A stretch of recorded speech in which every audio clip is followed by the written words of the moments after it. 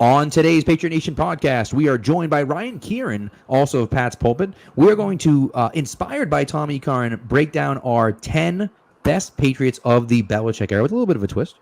And we're also another draft today, and the draft is going to be best helmets of all time.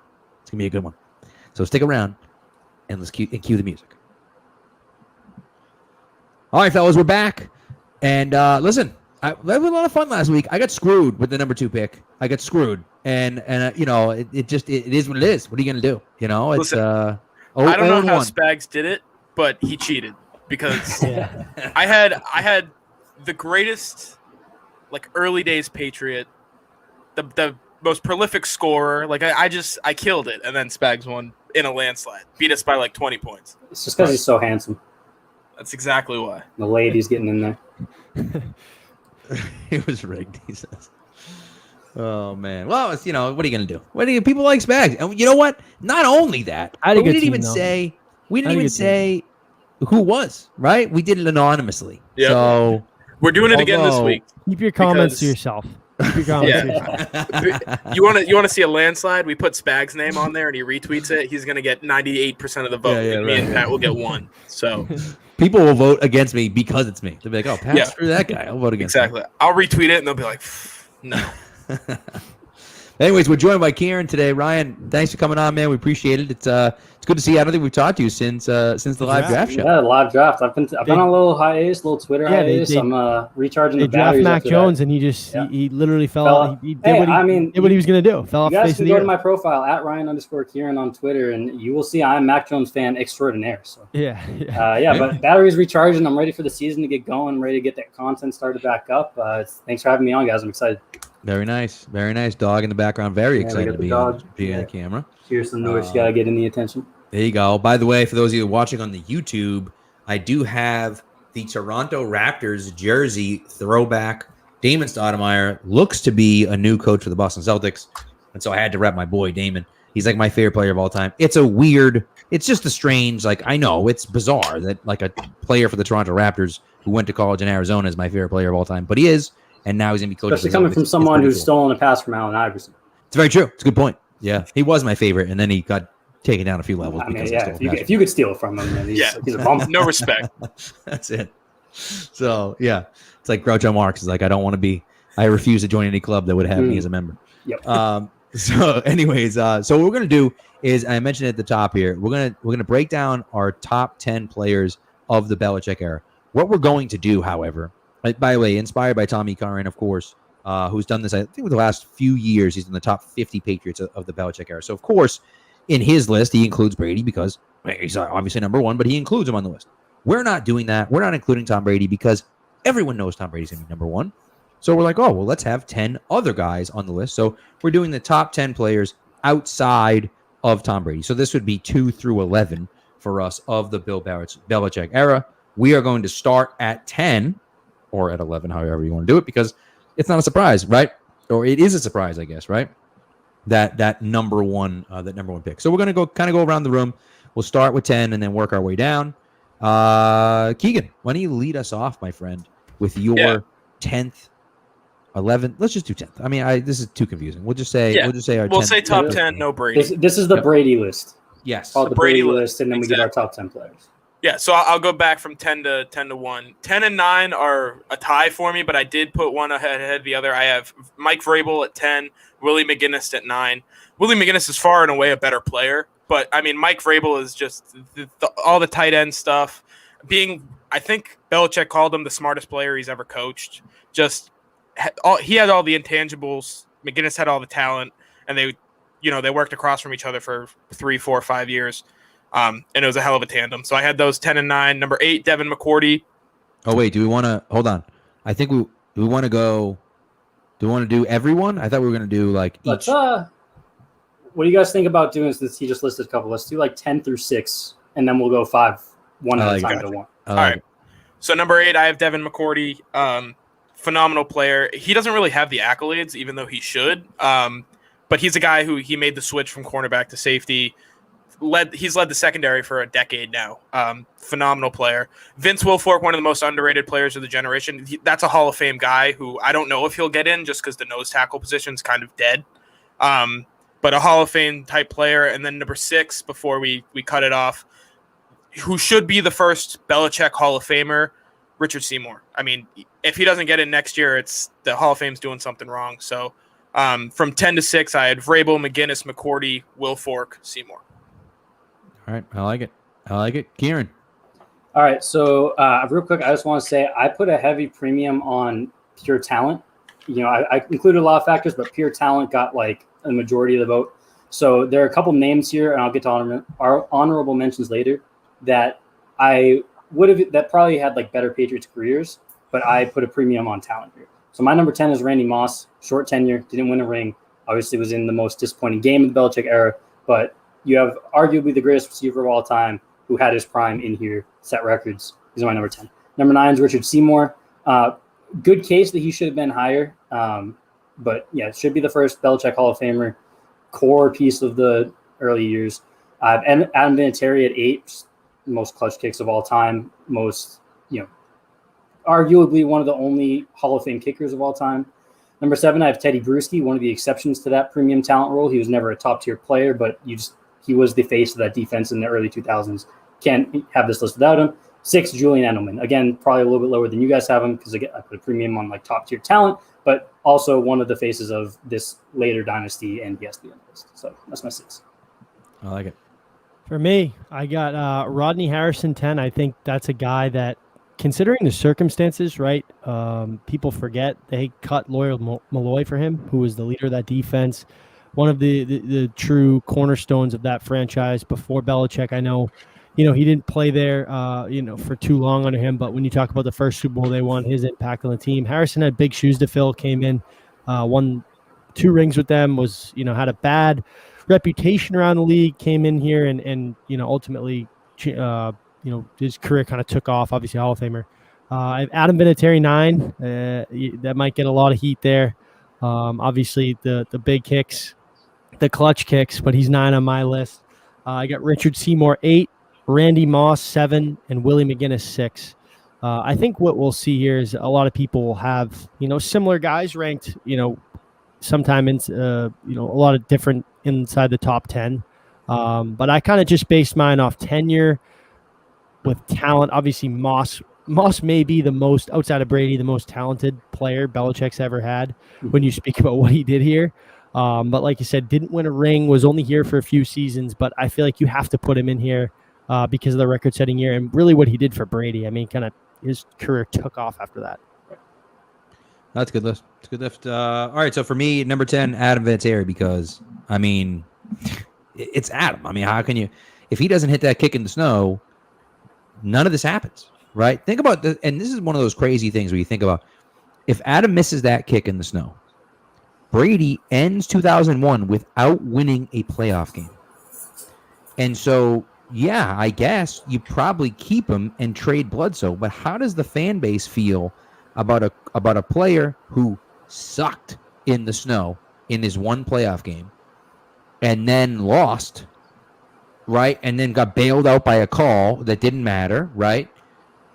Didn't win a playoff game, and you just signed this guy for a 10-year, $100 million contract, and now you're going to trade him when you have, a guy who has 0 playoff wins behind him. So that would have been really interesting to see what happened if he had missed that kick. But anyways, who knows what happens after that. Rodney Harrison, number 9 on my list. My dad and I talked about this, but 3 games into his career, he's already my favorite Patriot. I mean, the guy was an absolute monster, just a missile on the field, killing people. So he was awesome. Ty Law is number 8. Law is one of the best corners of all time. He was obviously only here from 01 to 04, but he won 3 championships with them. He was one of the best players on the defenses. The 03, 04 defenses were just foolish, and he was one of the best players on the defense, and so he's on that list. Devin McCourty, because McCourty, again, is one of those guys, man, that Bill he's so important to what Belichick does. He's the quarterback of the defense. He's fantastic. So, and then Matt Light is my 6th player on the list as well. Look, left tackle forever, dominant player from day one. And so Matt Light is my sixth guy there. Yeah, so we're coming back to me 5 Yep. through 1. I didn't explain my list earlier, but I will do a little bit of it now. It was a mix between just pure talent. Obviously, you got to have the talented guys there. And then I thought, it's a Belichick era draft. Who are the guys that Belichick would go to war with? Just the guys that feel like they belong to a Bill Belichick team. So that's kind of how I looked at it.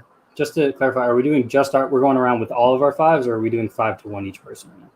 It's up to you guys. I was going to do just 5 to 1, but we can do 5 and then 4, then 3. You want to do that?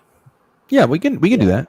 Let's do it that way. So for my 5th pick, I had Gronk, just a guy that he ended up taking a flyer on. He obviously saw the talent, but with the injury history at Arizona, took a flyer on him when I don't think anybody else would have touched him.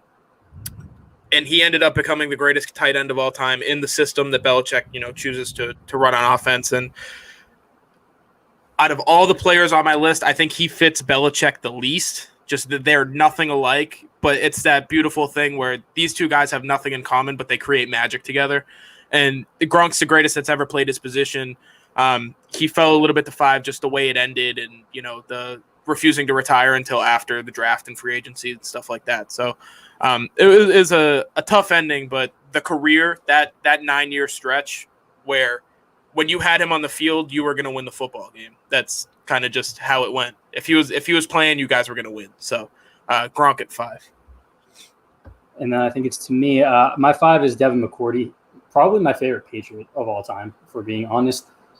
His accolades, if you were to just go to his Wikipedia, they look a little underwhelming because he was never the best safety in the league, really at any point in his career, but he was always second, third, or fourth for the past 10 years now.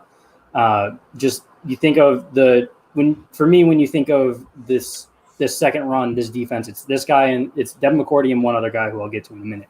But Devin McCourty, probably my favorite player of all time for the Patriots, and I think he's criminally underrated, both league wide and still even in Patriots fan base. Yeah, he's my number 5 too. And Ryan, he's missed 5 games in his career. Mm-hmm. 5. That's incredible, especially at the safety position. How physical you have to be, especially how involved he is in that defense. To have that longevity at that position, obviously. Handsome devil too. Yeah, right. Yeah. Which one, him or Jason? I don't know. You got to go with Devin. Yeah. But yeah, I got McCourty 5 as well for all the reasons you listed it, and obviously the longevity too. Well, and Devin too. I mean, the other thing about Devin is that he was a guy who was a Pro Bowl corner his rookie year, and then all of a sudden couldn't play corner, but made the transition to safety. And not many guys can do that and play it at a high level, right? Some guys have to make the transition to safety and later in their career, like Charles Woodson or something like that. But that wasn't the case. He just switched to safety and was fine. So number 5 on my list is Vince. Look, I mean, we've talked about Vince already, but the thing about Vince to me is that he's a true nose, right? And I think it was Kieran said it, he may not make the Hall of Fame because of who he is, because his stats don't look great or whatever, but for a nose tackle, I can't think of a better true nose than him. He was so dominant in the run game, and he showed up in the passing game at times too. He was a phenomenal player. And so to me, I think that that's a situation more career INTs than Jamal Adams. That's very true. He does. Never forget. Most overrated player in football. It's very true. I mean, anytime you can trade 2 first-round picks for him, you got to do it. You know what I mean? But anyways, but Vince he's just that guy. He was an absolute monster, and so for that reason, he's 5 on my list. Yeah, and I said Gronk was the greatest tight end of all time. Vince Wilfork's the best nose tackle of all time. Right. And there aren't as many nose tackles as tight ends, obviously, but there was no one better at doing that job than Vince Wilfork. So we're going to number 4. I have Dante Hightower. I wanted to put him up higher. I don't think anyone other than Tom Brady has influenced the way the Patriots play, whether they're on the field or not, than Dante Hightower. I mean, you see it. The 3 Super Bowls he's played in, he's made 2 plays, the Marshawn Lynch tackle and the strip sack of Matt Ryan, that completely turned the game on its head and gave the Patriots a chance to win. And then in 18, if Edelman had 4 less catches, he wins MVP. It's between him and Ryan Allen. So just a monster. And then 17, he misses the Super Bowl. They let up, 41 points to a god-awful Eagles offense. Just that guy influences the way the team plays. And then you saw it last year, missed the season. they couldn't stop a nosebleed in the running game. And he's one of those guys where he came in and he was immediately a Bill Belichick disciple. He came from the Nick Saban tree and just like soaked in everything New England and just became, the leader in the middle of the defense. He just took it right over from Gerard Mayo day one. So Dante Hightower at number 4, another one of the most underrated players of the Belichick era. My number 4 is Ty Law. This was actually a literal 5 seconds ago switch that I had. I initially had him a little higher. Thinking about it with my next couple guys, I dropped him just a little bit. When I think of great cornerbacks, Ty Law is the first one that comes to my mind. He's not the greatest cornerback of all time, but he was my favorite player as a young kid. He's cool as hell. The only reason I dropped him a little bit is because his actual Belichick tenure was a little bit shorter than I remembered. He left after that 3rd Super Bowl. I thought in my head he had a couple more years after that. But 2-time All-Pro, wasn't a Belichick draft pick, so he doesn't count for that, but he is a Hall of Famer. The iconic pick 6 in the Super Bowl, just one of my favorite players of all time, absolute stud. Him and Lawyer Malloy, coolest players to ever wear a Patriot uniform. Just stronger. No one cooler.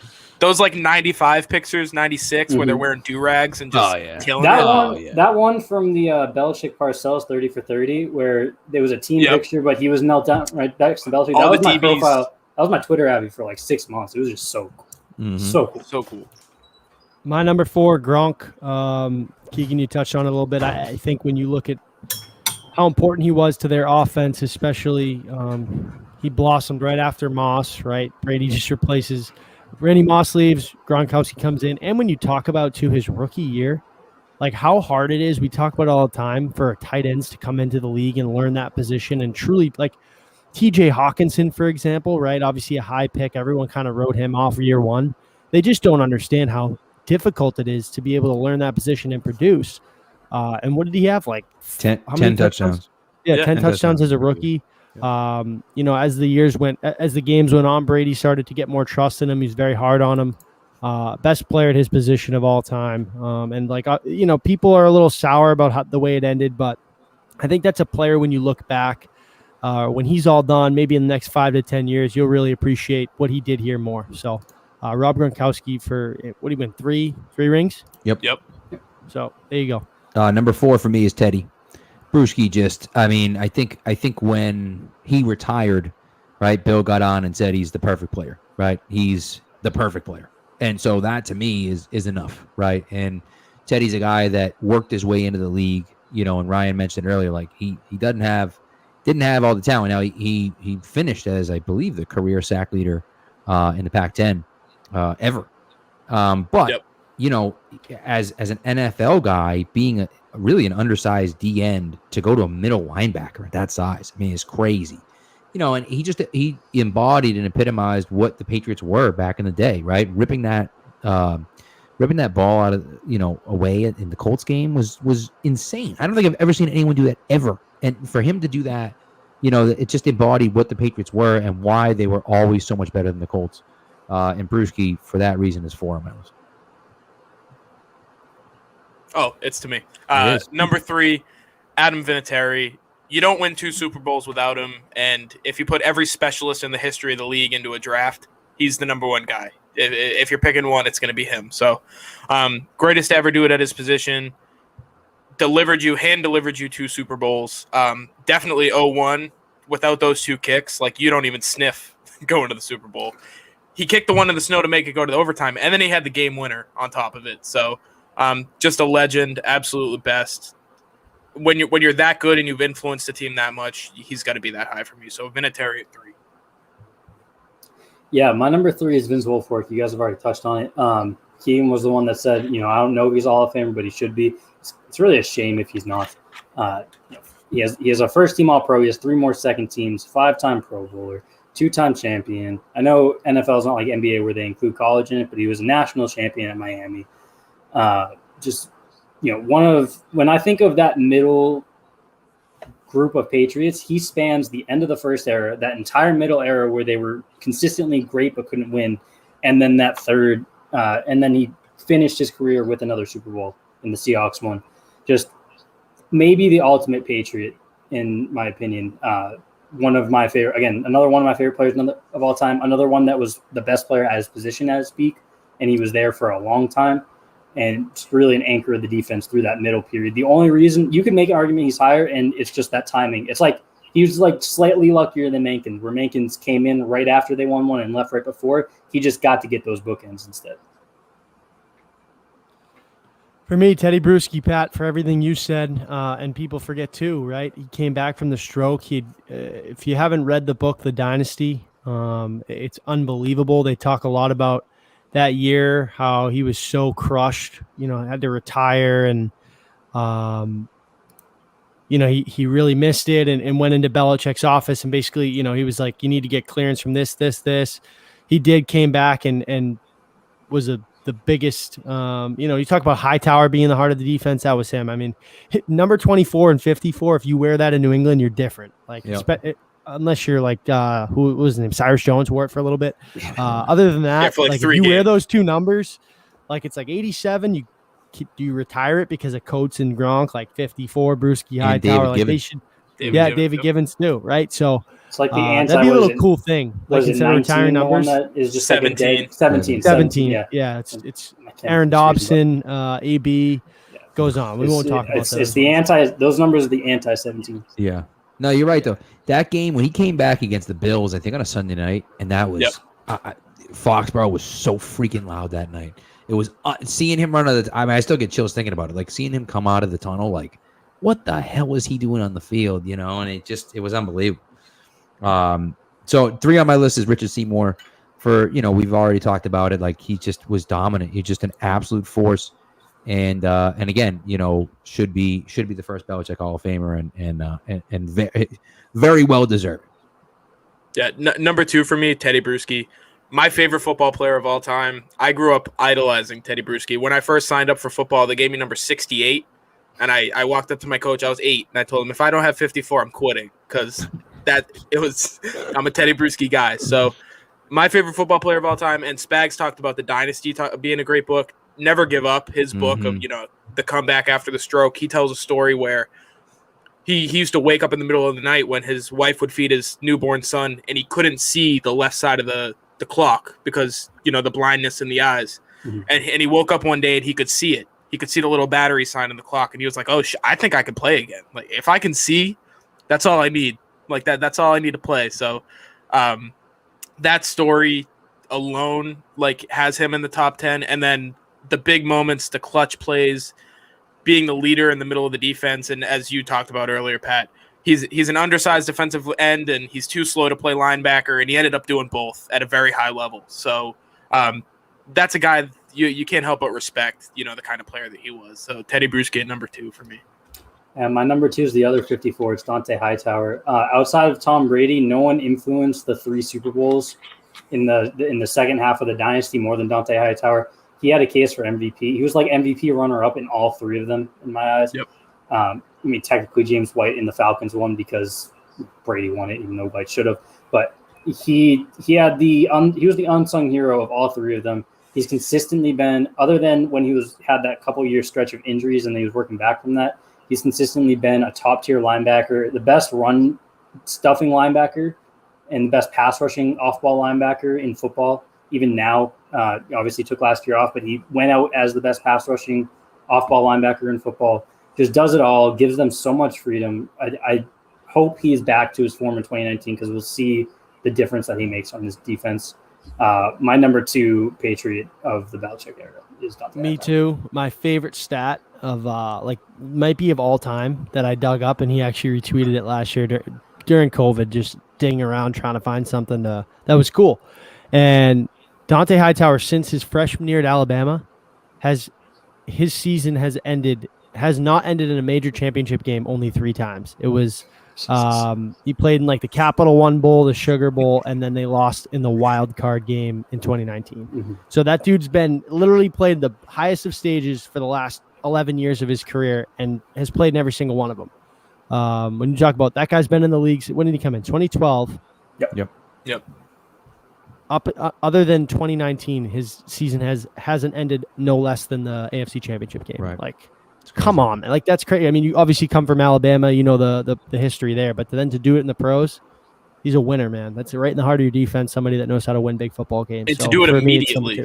Yeah, right. I mean, first game. What did he took? The first drive of that 20 scoop after and score, right? Yeah, Chandler Jones strip sack. Hightower picks it up and scored. First drive of that game, first drive of their careers. Yeah, I'm kind of pissed at myself because I did not have Hightower on my list, and the thing is for me is that I think we all know we should have done a list. Sorry to cut you off. Brady, Edelman, the way it's trending that way, by the way. So yeah. But the problem is I went with like a lot of like early guys.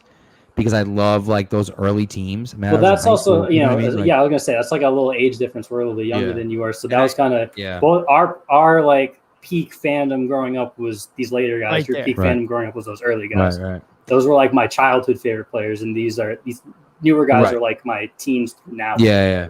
So, anyways, my number 2 on my list is Edelman. He's a little bit lower. It seems like than you guys have him. Look. I get to talk about him first, though, so that's good. Look, I mean, he's arguably the best receiver that Brady ever had, obviously, at Randy Moss. So, like, Randy Moss a better receiver overall, but, like, clutch. I mean, the clutch plays that he made. In 2014, the two, that drive, and people forget this, but in 2014, they're down 24-14 in the fourth quarter of the Super Bowl against the best defense probably in NFL history, because if they win that game, they beat the Manning and Brady in back-to-back Super Bowls. They'd be considered the greatest defense of all time. And Brady would be 3-3. People forget about that. Yeah, and so people forget about it too because of the next one was the Falcons comeback, but that was the biggest fourth quarter comeback in NFL in Super Bowl history at that time. It's not like that wasn't just a comeback; that was the biggest comeback of all time. And then they there was no chance. There was no chance they were going to win, and it was 3rd and 17 because they get a sack on the first play of the game, on the first play of the drive. Then I think they got a 1-yard pass on second down, and then he steps up and hits Edelman across the middle, and just Cam Chancellor launched, blew him up, led with his head, blew him up. And he says, "I love getting hit." Oh God, what a lunatic that guy is! And then he made another one on 3rd down by the end zone. I think it was like 3rd and 8 or something like that, at like the 15, 16-yard line or something like that. So, another huge play. So he just, and then of course catches the game winner. But he just over and over and over and over again consistently, obviously wins MVP in the other Super Bowl, catches has the ridiculous catch in the Falcons Super Bowl. I mean, he anytime you needed him, he was always there to always get it done. And I think, if you're going to include, if you're going to include playoff performance, which I think you should, he has a case for the Hall of Fame. Is it a great case? Maybe not. Does he deserve to be in first ballot? No, absolutely not. But what he did in the league, the type of player he was, and the performances that he put on the biggest stage, in my opinion, make it so that he should be considered for the Hall of Fame. Now, whether he'll get in or not, I don't know, but he deserves consideration. The other thing too is when Welker left, they gave big money to Amendola. Yep. And then Amendola went down early that year, I think, with a hamstring. He was banged up. And Edelman just kind of blossomed into that role because they really didn't have another slot guy, and took off from there. So, I mean, his career, he really wasn't. I'm sure they had a plan for him because he did be able to find some snaps and got some catches with an offense with Randy Moss and Wes Welker. I mean, he talks about his rookie year. Joey Galloway was in there. Like, he was in that room with some really talented wide receivers. So, he just earned Brady's trust. The way he got into the league too, like. Brady was a Bay Area guy, and he needed a guy out there to catch some passes, and he was the first one there. I just think when you talk about his mindset too, and the way he played, I think that should be factored. I wish they'd factor stuff like that into the NFL, but obviously everybody would have a case because you have to sacrifice so much. But. And you're mentioning, you mentioned that in 2013. Remember, he came back on a 1-year veterans minimum contract because he went out and no one offered him a contract. The Giants were the old Giants and Packers. Right. They offered him a veterans minimum contract. And he's like, well, I might as well just stay in New England if that's the case. Like, whatever, And then, of course, like you said, Amendola goes down. He plays well. He gets a 4-year deal after that. Like, it just, things ended up working out that way. But, like, they almost lost him. And they were letting him walk. They just say, yeah, see you later. We'll give you a veterans minimum if you want to come back. And he came back for nothing. And, thank God he did. It's just crazy how it works like that, Yeah, and he's my number 1. It's Edelman for me. My favorite thing about Edelman is, I think Curran pointed out in his article, was the first glimpse of hope that you had with him was in 2009 in that playoff game against the Ravens. He's the only person that even showed up to the stadium that day. Like, no one else was ready to play. They looked like dog shit. And then he goes out there and catches 2 touchdowns in the first playoff game he ever plays. Like, that's just the kind of dude that he was. He was a gamer, and he came to play every single snap of every day. And then he carried that on the rest of his career. Every playoff game he was in, he had a great moment, or he put up great numbers. And the big reason I had him as number 1 on my list, I think he's the only player that can kind of reach the level of crazy that Bill Belichick is. Like, they're both tapped. There's something wrong with the both of them. So, they're on the same level together of like eat, sleep, breathe football. And, he did it for so long, and he did it through so many injuries and so much shit that he probably didn't or shouldn't have had to deal with. And he dealt with it, and he kept pushing forward. So he's number 1 for me by far. I think it wasn't a question for me. It was like Brady's easily number 1, Edelman's number 2. So the one challenge I'll throw on you, 2009.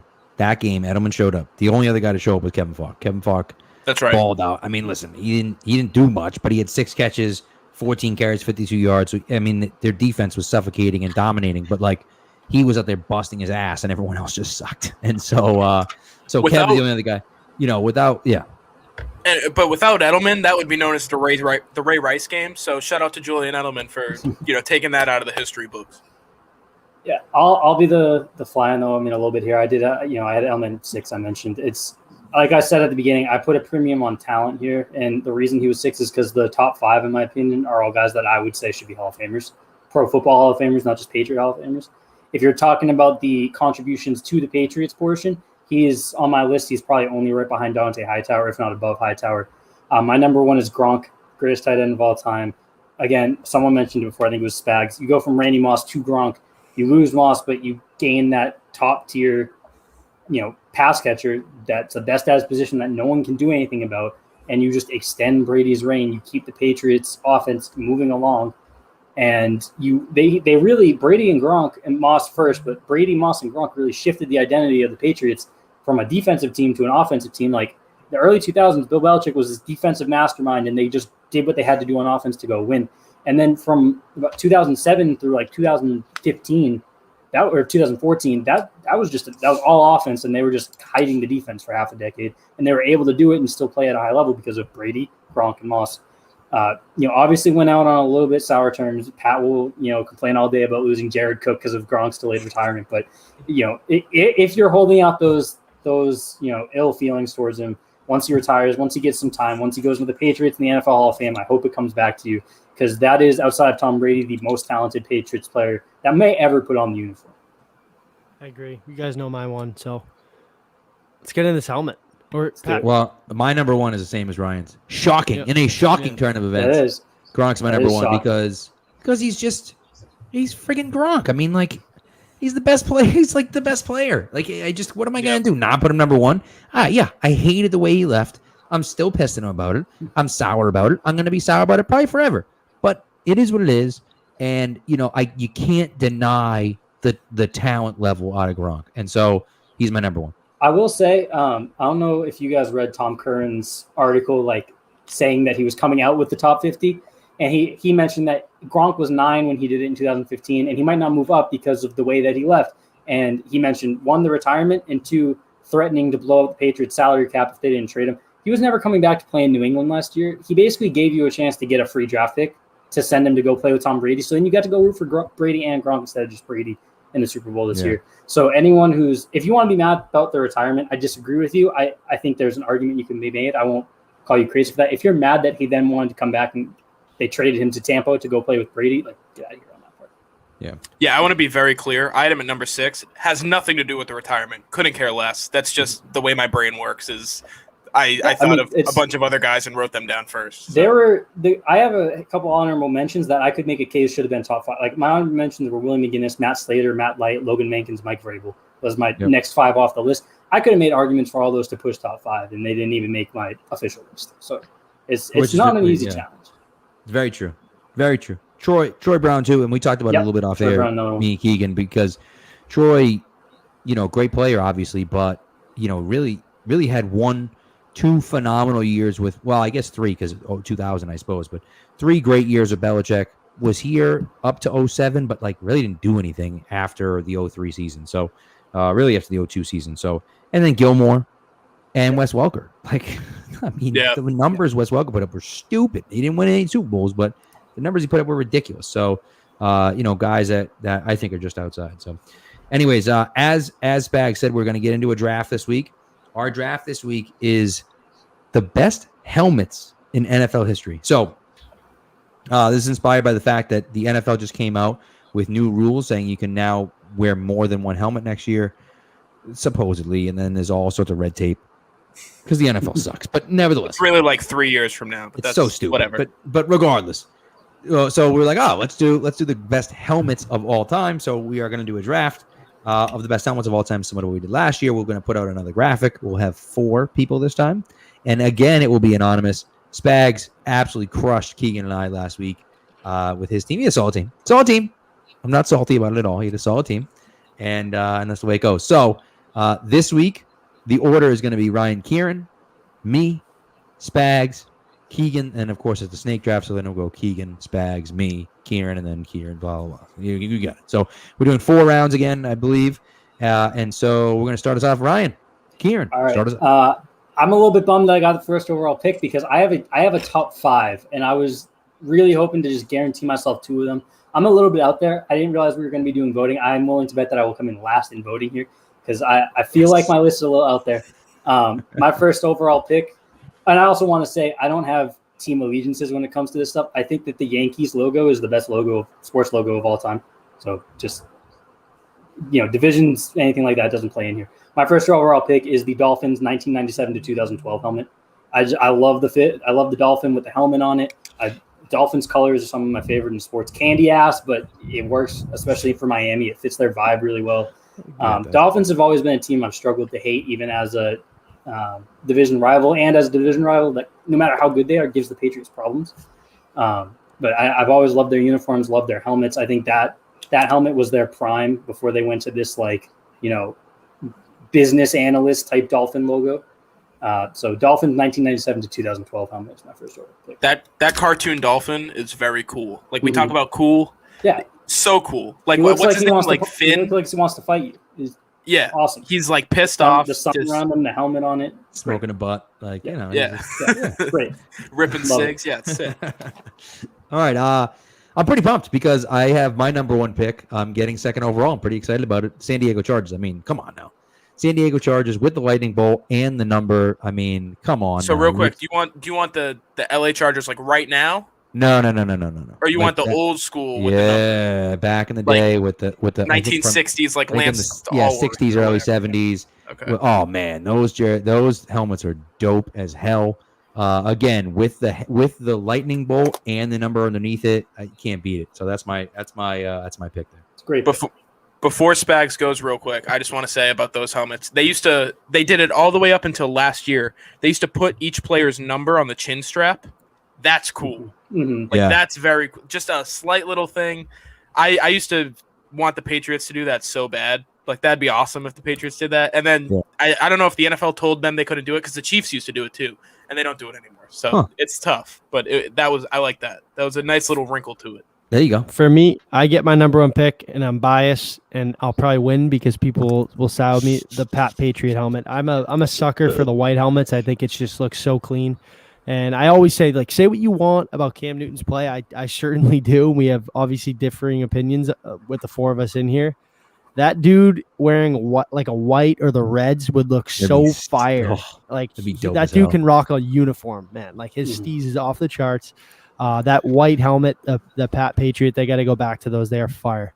Yeah, you got to get him out of black and blue. We can't get anything from him other than that. We've just seen him in blue and black and white his entire career. Put him in red, put him in purple. He'll look great. I filled out 16 options for this draft, just to make sure I had one for everything. Pat Patriot, no Patriots helmet made my list here. I don't like Pat Patriot. I don't like the Patriots' current uniforms. I don't. If it's white, I actively. I might have 4 white helmets on my list. I actively dislike Pat Patriot, the logo. I think their current logo and uniforms are very mid. The only thing I like is the throwback reds with all white, the white helmet, like Spags is saying. I think that's the only jersey that I'd give an above average grade for the Patriots. Yeah. That's why I think I'm going to come in last. Right. But that's. I'll say this. Spags pick's my favorite helmet, but I can't get on board Pat Patriot. I'm sorry. I don't want to give away any picks. I don't think anybody's going to pick it, but the 90s Patriots uniforms that like the blue and whites, and they had take it back. Those are fire too. Those are sick. Yeah. Like the one in the Tyler one, that we were talking about earlier. They should be wearing that as a throwback. I don't understand. And they can't. Like they don't have to wait for anything. They don't have to ask for permission. That's what I'm saying. That's all right, I knew people weren't going to be happy. I've been thinking about it all day since it was a good run. They should wear those jerseys. No reason why they sell them in the flipping pro shop, for God's sakes. Wear and they the sell them with goddamn new jerseys. Players right on them. They have like Gilmore ones. Right. Yep. Ridiculous.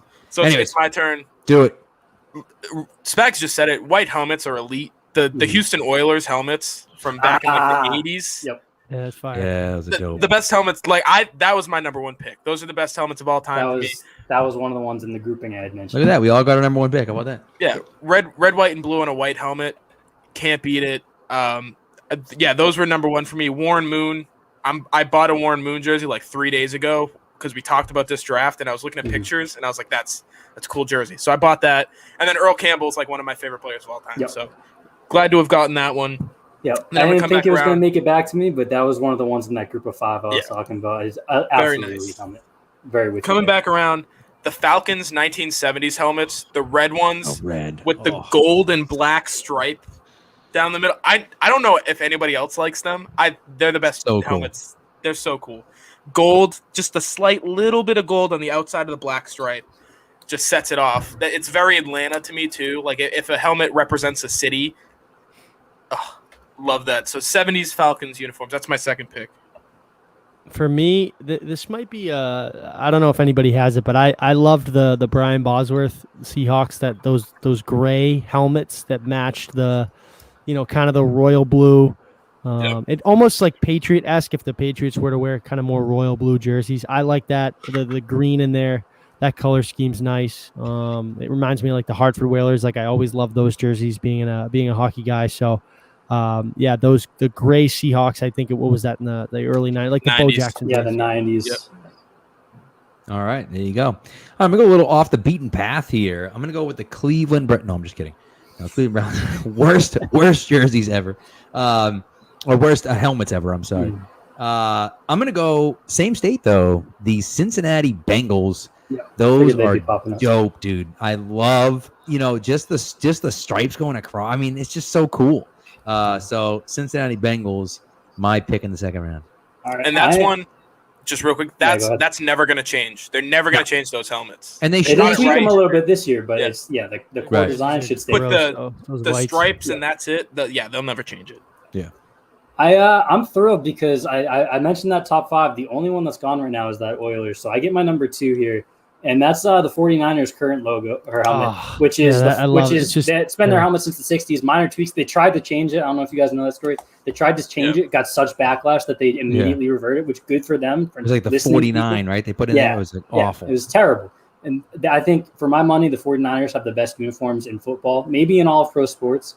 I'm telling you, people are. I'm hoping to get some back with this 49ers pick, but the best that was gonna be my next pick. Yeah, I like the gold. Yep, great helmets. I hope they never change them. They haven't for 50 years at this point, so I hope it never does.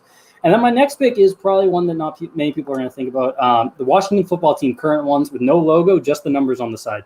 I think 49ers have the best jerseys in football. Washington might have my favorite colorway in football. Obviously, their old helmets had the logo that was problematic for very solid reasons. So I'm not going to pick those, but growing up before I realized the issues with it, I was a big fan of those too. I think that the numbers, I think that the no logo, just the big old school numbers on the side, absolute fire, the burgundy and gold. I hope that they keep Washington football team forever and keep these exact helmets, the exact uniform. I love it. So that's my number 3 pick is the current Washington football team helmet. It's cool. I like it. It's a good pick. I'm torn here. Like Natalie Imbruglia. Oh my God, that's a throwback for anyone that got that one. Probably no one, but that's okay. I'm gonna go with the Tampa Bay Buccaneers. Sticking with the theme of the white helmets. The white helmets with the buck Like the old school creamsicle one? The old school creamsicle helmet. Yeah, that's a good one. Love it. You stole Stephen Neal from me last week. You stole the creamsicle bucks. Yeah, no, I love that one. So I'm going the old school Tampa Bay Buccaneers helmet. I will say I put a rule on myself. I was only including one variation from any team, and if you guys picked any team, even the one that I'm not picking, I'm not taking them. Their like 97 to 2013 one was the other of my top 5. I think the Bucs have had a great helmet history. The creamsicle would have been high up there too, but I like that one just a little bit more. But they both would have been like top 5, 6. You could pick no, the Bucs. No, I put a rule on myself. Okay, so that one's out for me, but I just wanted to shout it out because I think it's a great helmet too. All right, Spags. Yeah, this one has a lot of history too, but not picking the current one. The Cowboys white with the blue. I like those throwback ones. They wear them on Thanksgiving. Yep, that's cool. Cowboys have just the star. I mean, it's iconic, you know. Yeah, and it comes back to me. It's a team that I grew up hating, just the worst. But the New York Giants helmets are just the details in those helmets are so good to me. The big ass numbers on the back with the little bit of red in the helmets. So their current helmet with the big NY, the white face mask. I just think they're very clean. Those uniforms, they're clean, they're plain, but I think they're very good. So the current Giants helmet is mine. And then this is tough for me, but I made a rule on myself just like Ryan did. I wasn't going to include more than one color helmet. I wanted 4 different colors. So I'm going to go with the Kelly Green Eagles, like the 1980s.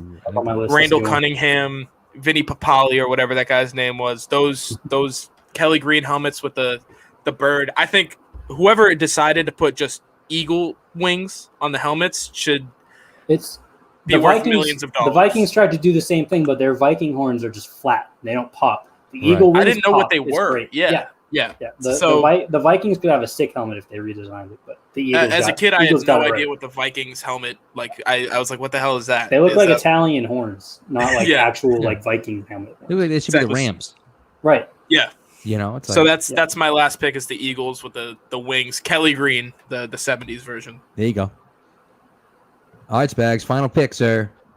Yeah, for me, as much as I'd like to pick another Dallas one, I really like the Steelers ones, the old with the white, the yellow with the black stripe on it. Yep. I like that color scheme too. I like how all the. You mean like the old school ones?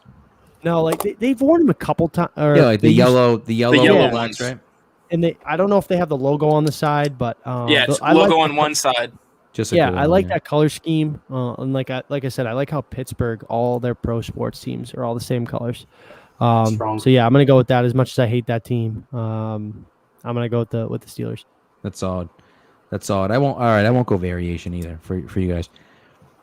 I'm gonna go a little out there, and this might lose me the thing, but I don't really care. I'm gonna go with the throwback AFL Bills helmets. I just think it's so cool. Like, and I was reading something today about it because I just think it's hysterical. Like, any ones that I do care. It's true. I do. He's not lying. I do care. But you know, anyone that has like an animal on there, right? It's always like this like fierce animal and like they're like doing something. Yeah. And the Buffalo one, the Buffalo's just like chilling. They're just standing there, like not doing anything, not moving, just like just hanging out. And I think it's awesome. So that's my pick there. My favorite thing about those ones, just real quick, is it was a white helmet, and then they painted all the way around it in blue and left the white in the shape of the buffalo. So when the helmet would chip, it would just look like a weird blob of white on the side of the helmet. So there are pictures like O.J. Simpson when he played with just like a big-ass blob on one side of his helmet of white. So I love that. I think it's unique that they used to do it like that. No, I'm talking about the old, like the white ones. Oh, the white ones with the white with the red buffalo. See, I would have put the wrong. I had the variation on my list that you're talking about, Keaton. No, I think the Bills like uniforms and helmets like start to current have been strong. So I'm wrapping it up here. I got 4 of my top 6 picks. I'm pretty happy with this. I'm sure I'll get like 5% of the vote in the Twitter draft, but I'm gonna wrap it up with the Rams 2000 to 2016, like what they played against the Patriots in the first Super Bowl they played in. We were talking about the Eagle having the Eagle wings. The Rams do the Ram horns coming off of it, circling around. I think they got it perfect with their colors in that era. They've gone too far with it currently. I think they need to scale it back. I love the throwback Rams uniforms more, but I like this helmet version better. The gold.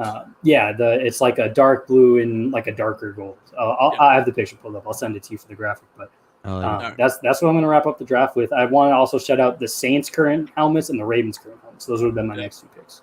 Nice. I had honorable mention the Saints 70s helmets, the gold. It was like a lighter gold with a very basic fleur-de-lis. And then I had the 90s Rams just with the yellowish kind of gold instead of the darker gold. Yep. And then the Raiders, just they haven't changed it in like 100 years, and it's because they got it right. So those are good. Nice. I have one helmet question for you guys before we get out of here. Shout out our boy Dark Blue and Gold. How do we feel about the Jets helmets? Because I kind of like them. I've always kind of been a fan of the Jets, the classic, just like old school football with the white ones. Yeah, those were on my list. Very good. They were further down on my list. I didn't think I was going to have to get there, and I didn't. But I'm a fan of those. I was curious how we were going to feel. Those are one of my favorite uniforms of all time, and then whatever they changed to now, like they're horrible. Those I think that when you look at them and you think of like Chad Pennington and Lavernius Coles, like that era Jets jerseys and helmets. So I played with I was just in a Madden league, and I had the Jets in the Madden league, and I wore the black alternate jerseys with those white throwback helmets. It was pretty dope. Yeah, pretty nice. Pretty nice. Absolutely. But what was on my list too was the Packers. Yep. Packers, another like iconic one. And then another crazy one for me is the old Broncos one. Yes, not that was the Broncos one, one with the D on it. Oh, okay. Nope, that was mine. Because the Broncos one with the D on it with the thing is cool. But the one with the bucking Bronco with the orange helmet, like it's like almost so a cowboy wild. On it. Yeah. It's like so wild, but I love the look of that helmet. So football has done better than other sports in not making their logos worse over time. Like the NBA and 90s logos were just so much better. But that is one. The Broncos are one where they've just gotten progressively worse as they've gone. Yes. But that D with the horse coming out of the D, that was the last one on my list. That's a cool one. That's a cool one. There's one, some of the USFL ones and the CFL. They have some really dope. Who's the team? I can't think of the name, but they have like the goggles around, and it's like goggles like that go like this. I can't. Oh, the Barnstormers, the Iowa Barnstormers. Yeah. It's just so cool. Like that's AFL. Arena League, right? Oh, AFL. Yep. I mean, it's just Arena. So cool. It's Arena League. Yeah. Same. So, and before we go off, if you guys want, we can add one more category: college helmets, because there are like a billion college helmets. God, there's so many. And I wanted to talk college helmets so bad, but it's an NFL podcast and all that stuff. Well, it's not just that. There's like 9 million of them. Yeah, they're so good. I would know that UCLA is my first overall pick, and I'd have no clue where to go from there. Yeah, I was just thinking like Alabama has great ones because they're classic. Yeah. Texas with the Longhorn on it, that's the most classic thing you see. Florida with the Gator, or even like the G. Oklahoma, just some great helmets. Dude, we could do a whole draft just with Oregon helmets. Yeah. We could. Absolutely. So, but this has been a lot of fun. So anyway, so let's just go through. Yep. Let's go through quickly and just Ryan, why don't we'll go in order. So Ryan, me, Spags, and then Keegan. So Ryan, what's your 4? All right, so I got the Dolphins 1997 to 2012 helmets, the 49ers current helmets, the Washington football team's current helmets that have just the numbers on the side, not the offensive logo, and the Rams 2000 to 2016 helmets where they had that dark blue and dark gold variation, not the yellow that came before, the bright blue that's current. Yep, nice. Yep. So mine are the throwback Chargers, the original Chargers with the lightning bolt and the numbers. The Bengals helmets, the Buccaneers helmets, the creamsicle Buccaneers helmets, and the old AFL Bills helmet with just the standing buffalo. I got Pat the Patriot white helmets, the Brian Bosworth era Seahawks gray ones, the Dallas Cowboys white helmets with the blue stripe down the middle, and the Pittsburgh Steelers yellow and black ones. Yeah, and I had the Houston Oilers helmets from way back in the 70s, the 70s Falcons with the gold stripe, the current New York Giants, and then the Eagles 70s Kelly Green, Randall Cunningham era. Bro, Spags Spags just knows how to play to the audience, man. He knows how to play to the audience. I mean, he's not an idiot. He goes for the classics. You can't argue against those are fire regardless. Listen, for me, it would have been Pat Patriot number 1. Even though that's my number 2 favorite, I would have picked him number 1 just because. How do you not? I mean, I almost did it. My dad was like, "Oh, Pat Patriot easily," and I was like, the Chargers helmets are so cool, though. I had to speak my truth on that. I couldn't pander for the votes when it's not in my heart. I know it's in Spag's heart, and I'm glad he got it. So here's one question here. Dark Blue, our buddy Dark Blue Gold here. Not sure if discussed, but do you want to keep the silver helmets with Pat even without the silver pants, or would like to see white? I don't know. I mean, the silver helmets are the silver helmets. Like, they're fine. I think the Patriots jerseys are a mess right now. Yeah. Like, they're, you don't need the black. Like, we're not doing a color rush anymore. You don't need the dark on the dark. You just don't. Like, it doesn't look good. So I'd like to see them switch back to silver pants. So wear the dark with the silver or white pants, but you don't need to wear the dark. It doesn't make any sense. I hate that. I want a new logo entirely, not going back to one, just a brand new one. I don't have any designs in mind for it, but I want a new one. But I want that like pale red and white as the rest of the colors. Pat's pulled that throwback just without the Patriots logo. Just the guy with the flag, elite. With it. That's pretty cool. Yeah, it is a pretty cool logo. The biggest issue I have with the Patriots is they haven't called their defense to silver bullets ever since they had silver helmets, and that pisses me off because they've had like a million chances. They've had great defenses, and they just refuse to do it. So they don't deserve a silver helmet. I think they should just get a plain blue helmet until they can figure things out. That's a great point. So, all right, let's get out of here before Spags dies of heat stroke over there. 89 right now. You're lucky I lasted 56 minutes without passing out. I'm up in a loft right now that has 2 skylights just pounding sun in all day and no ventilation other than a ceiling fan. I'm right there with you. Oh, the 2 Beautiful. Ryans are going to die on us. It probably peaked at like 110. And you can be puking like Dylan Bundy.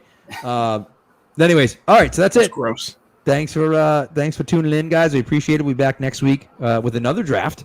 I don't know. Who knows what we're going to do? It'll be fun. We'll have another guest on, we think. And don't forget to vote on Twitter for who you think won. If you're listening, you already know who they are, but it will be anonymous. And so, go out there and vote. All right? Thanks, guys. Oh, go ahead. Real quick, I'm gonna tease next week's draft. The best free agent signings in Patriots history. So we're going to be doing that one. We'll try to get a guest. If we can't get anybody else, maybe Kieran will come back on because I like the 4-person draft. It flows a little bit better. So best free agent signings in Patriots history. Yeah, thanks for having me, guys. It was a ton of fun. All right, guys. It's great. Hey, listen, Kieran's welcome on anytime because he has opinions that other people don't agree with. So we'll beat him in the draft. It's great. I'm Brian. I just don't fight on Twitter all day anymore. All right, guys. We'll see you.